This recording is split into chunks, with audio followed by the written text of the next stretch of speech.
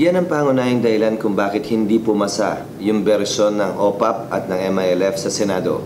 Dahil wala silang ibang kinausap, inakala nila na sila na lamang nagmamayari ng lahat ng talento, galing, talino at magandang intensyon para sa ARMM o BBL area at ipinresenta sa amin yung bersyon nila na as is, where is daw, take it or leave it basis. Ni wala kaming pwedeng baguing kama, period, talata o pangungusap.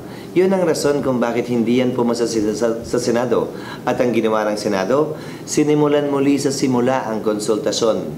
Pinatawag ang karamihan ng bawat sektor na maaaring maapektuhan nitong panukalang batas na BBL.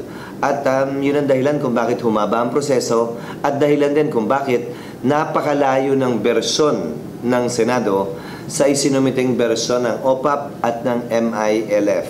Higit pa rin yun kaysa sa ARMM. Mas binibigyan ito ng otonomiya ang ating mga kapatid na Muslim sa ARMM at BBL area. Pero tinitiyak din ito na anumang mga karapatang pantao, anumang mga probisyon ng saligang batas ay hindi lalabagin ng anumang section o article ng proposed BBL.